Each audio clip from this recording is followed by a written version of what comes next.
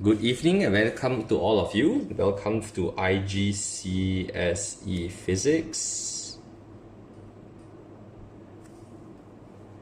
Eureka Moments,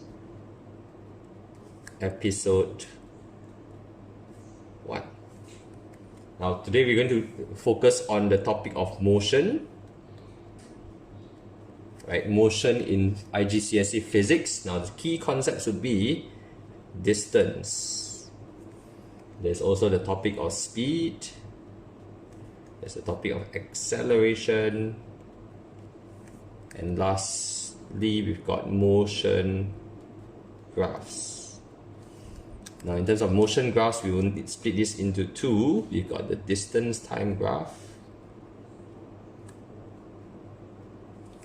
and the speed time graph. Right, so this is what we're going to focus on for today in episode 1, motion.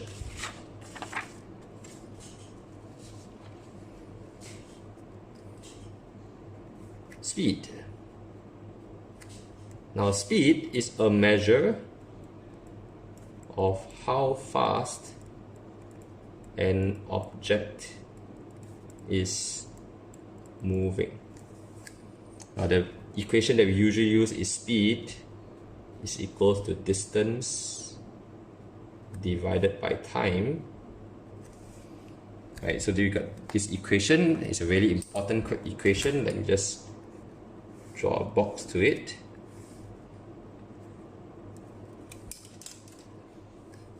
Speed is distance over time. Now just giving you an example, let's say we have got you and you walk a distance of 100 meters and it took you time is equals to 20 seconds. Now to determine the speed is equals to distance, in this case 100 meters divided by the time taken, it was 20 seconds, and if you calculate that you should get 5 meters per second. Right, so this is your speed and the unit will be in meters per second. Of course, we've got other units of speed here. It could be kilometers an hour as well, rather common in IGCSE Physics. Alright, speed is equals to distance over time. Now, while that is true, sometimes they will require you to determine average speed. Now, to find average speed, we got an equation very similar to the equation earlier, but now it's very crucial to mention is total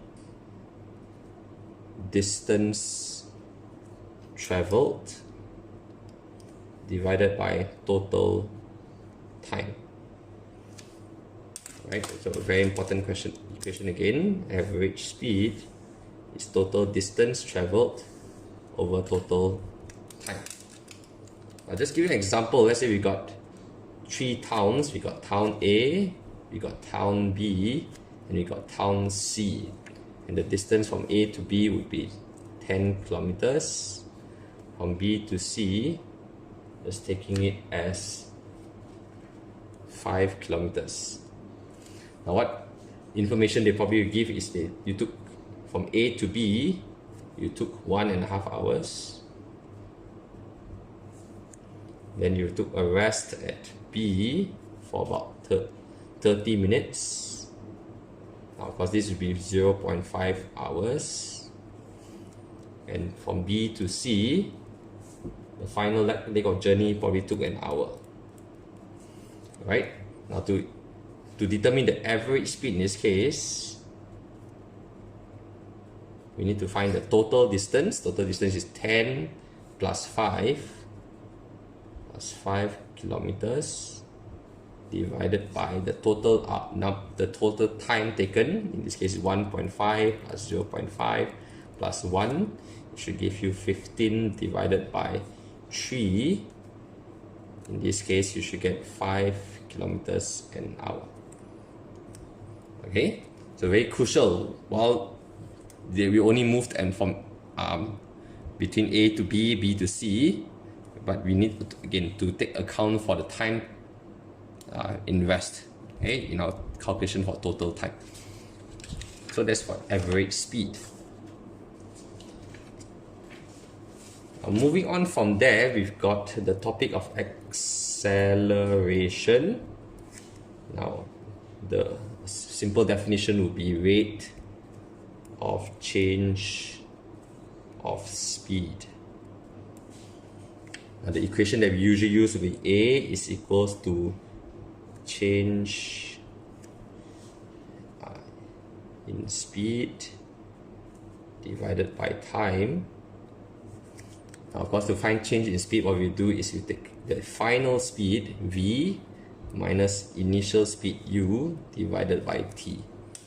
Alright, so we got this equation. A is equals to final speed minus initial speed divided by the time taken. Now, just giving an example. Let's say we got a car that was initially at rest, started moving, and after 4 seconds, we are told that the car is now moving at a speed, the speed is now 20 meters per second. So what we need to do is this, we need to identify A is equals to V minus U over T. In this case, we got V is the final speed 20 minus now the initial speed that what we're told is we're at rest. That means it's not moving. Initial speed is 0 divided by total time taken will be 4. This will give us again 5 meters per second squared. Alright, so this is the unit for acceleration, 5 meters per second squared. So we are done with the idea of distance, speed, and acceleration. We're moving on to motion graphs. The distance time graph. Now the concept is very simple. We got the x-axis, we got y-axis, x-axis. Now on the x-axis, what we have is the time. We've got the distance on the y-axis. Now, you can have various shapes. Now, but what's crucial when we look at distance time graph is to recognize that the gradient, okay, or sometimes we take the idea of steepness is equals to, or is a measure, or it tells us the speed. Alright, so for distance time graph, the gradient will tell us the speed. Now we'll try to analyze this qualitative analysis, or we are going to interpret it qualitatively. We got distance against time, distance against time, distance against time, distance against time. So we've got some various shapes to it. We can probably get something that looks like this. You can probably get something that looks like this. You can probably get some. You can get something that looks like this, and we can get something that looks like this. Right. So what you will need to do is to interpret or describe what is being shown by the various on the different shapes of the distance time graph. So now if you look at this, this is a straight line. In this case, it's a straight line. Now the gradient is a constant. Okay, so the gradient is constant. It's like whenever there's a straight line, I'm just taking a pen, removing the word gradient, it tells us the speed. Right? So for a distance time graph with a straight line, what we know is that the speed is constant. Now in this case, we've got a flat line. And the line is flat. Now in this case, what we have is the gradient is equal to 0. Now again, removing the word gradient, it tells us the speed is 0. Now, in other words, this is a graph that shows that the object is stationary, right? Not moving. Moving on to the third graph, what you should find is that this graph is curving upwards. The graph is curving upwards. Now, when we describe the gradient in this case, because it's becoming steeper and steeper, this is steep. The beginning is less steep, it goes on to a steeper gradient. So this gradient is increasing, right? So again, when the word gradient here, we'll just change it to word speed is increasing. Now, of course, this means that object is accelerating. Now, lastly, we've got the last graph is curving.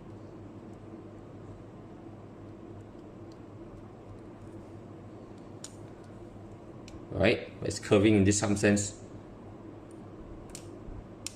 Okay, it's not downwards, but what we should find is that the gradient here is very steep. It goes down, it becomes less steep. So gradient is decreasing. Alright, so again, removing the word gradient, it tells us the speed is decreasing. In other words, the object is decelerating. Alright, so again, we got a straight line graph. For distance time graphs, if it's a straight line, the speed is constant. If it's a flat line, tells us the speed is 0 or the object is stationary. The graph goes in this direction. What we will have is that the gradient is increasing, speed is increasing, hence we call this acceleration. Now, in the graph that looks like this, what we have is we have the gradient, we're becoming less and less steep. So gradient is decreasing. Again, removing the word gradient, changing it for the word speed, the speed is decreasing, right? And so we call that as decelerating. So that's qualitative analysis of the distance time graph. Now we will need to also do quantitative analysis. Right? What we need to do is you will need to know the values to it. Just plotting a very simple distance time graph. So we got distance, we got time. We take this as seconds. We got distance, meters. Now just take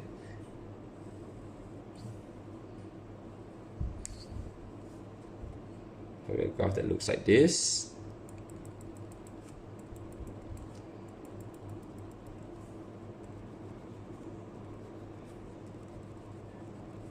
Right, now just putting in values, we got 0, this is maybe 10 seconds, 20 seconds, and 30 seconds.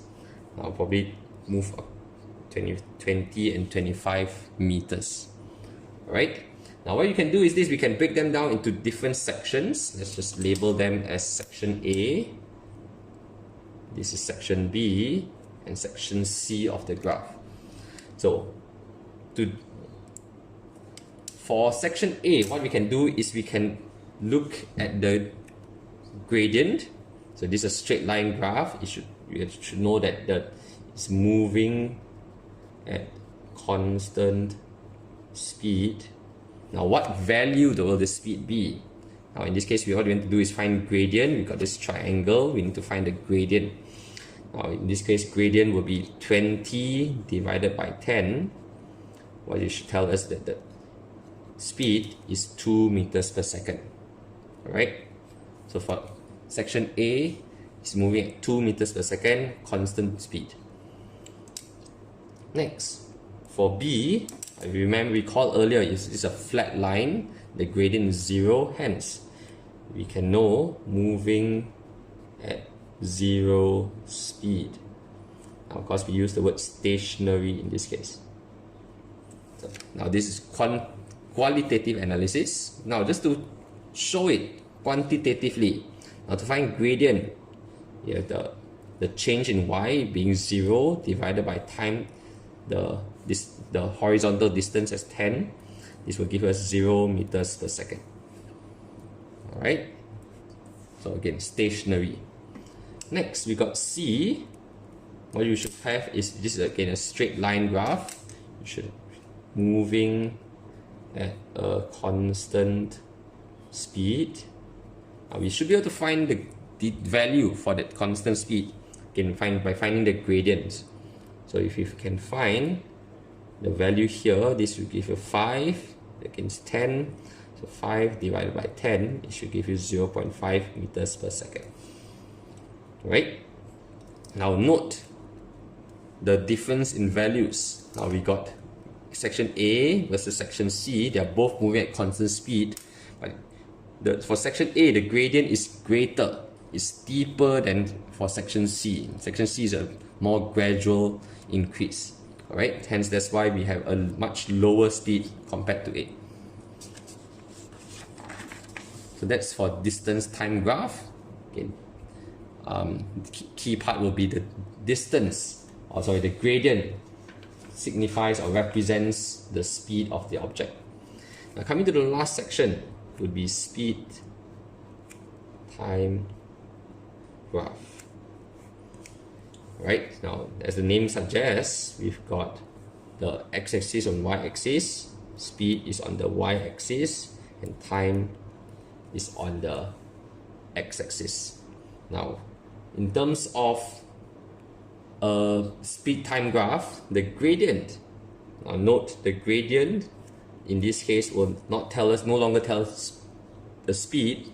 What it does, it tells us the acceleration. Okay, very crucial again. For a speed time graph, the gradient shows us the acceleration. So you can do qualitative analysis.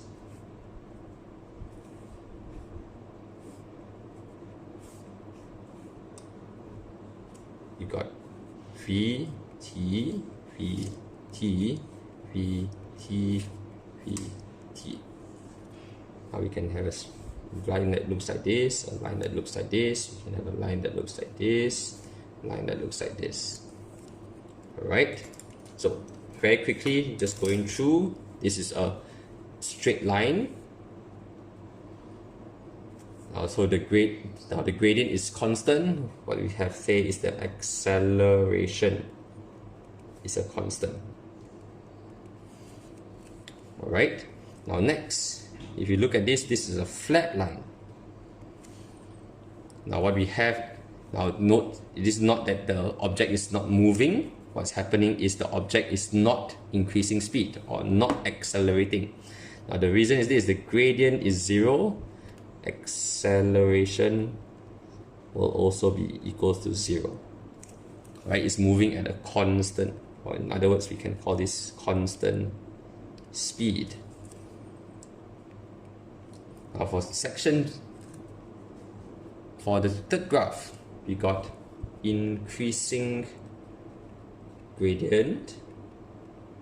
So again, remembering the word gradient here, we will change it to acceleration. Okay, so the acceleration is constantly increasing. We've got a graph that looks like this. We've got decreasing acceleration. Right, now note the word is still accelerating, but is decreasing in acceleration. So we got these 4 graphs. Now maybe I can ask the question, what will the graph look like if the object is stationary, if the speed is 0? Now speed is 0, it will look something like this. The graph should be on the x-axis itself.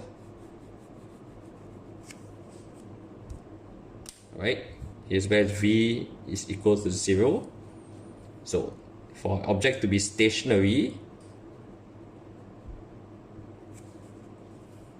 the graph should show that it's on the x-axis or that on the time axis. Right, so this is a qualitative interpretation of a speed time graph.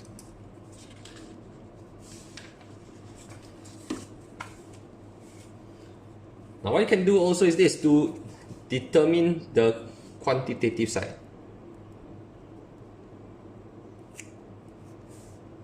Now I can just sketch a speed time graph. V against t. I probably can have a line that goes like this, here, and then coming down here. Alright, now just putting in values there. I can have 0, 10, 20, maybe I put this as 35 seconds. This is meters per second. Alright, now with this value being 5. So, similar to our distance time graph, we can split them into different sections and interpret them separately. So we got A. In this case, what we have to find the acceleration during A would be to find the gradient.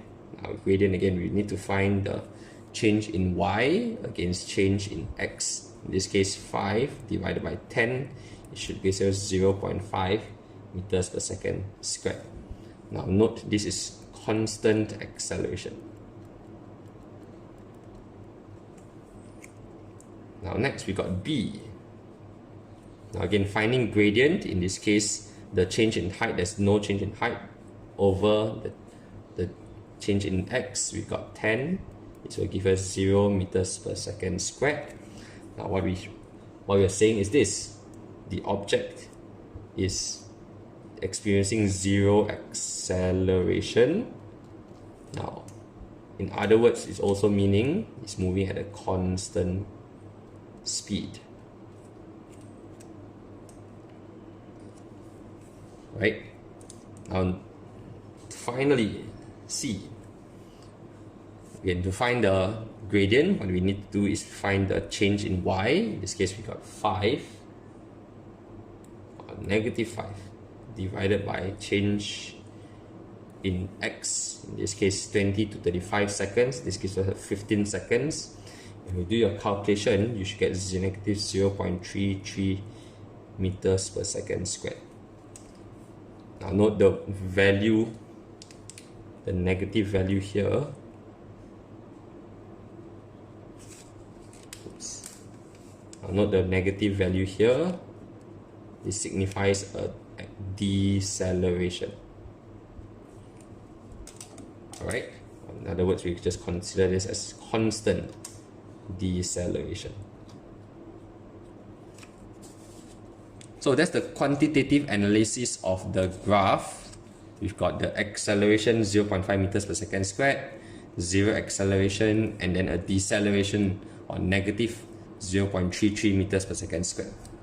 Alright, so just reminding us, gradient for a speed time graph tells us the acceleration.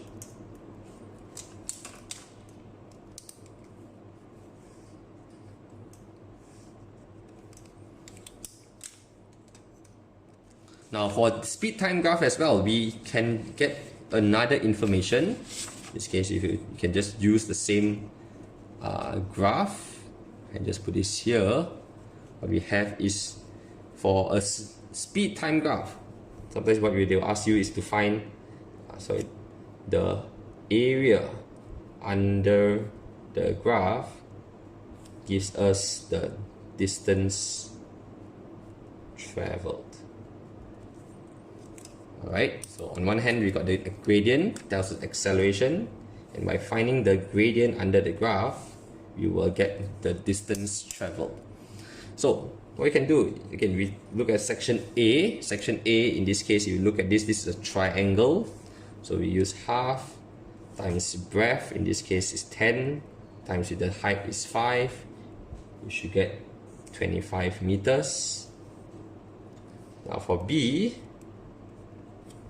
in this section, is a rectangle. So we got breadth times height.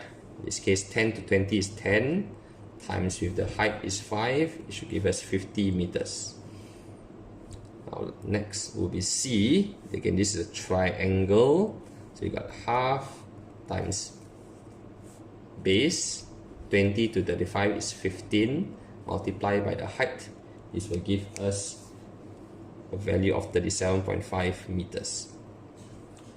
Now what you can do is you can find the average speed as well, where we got total distance divided by total time. In this case, the total distance, if you find the sum of these values, you should get a value of 112.5 meters. So we get 112.5 meters divided by the total time taken, 35 seconds. I don't have the calculator with me, but you should be able to find a value here. Meters per second. Alright, so that's it. We've got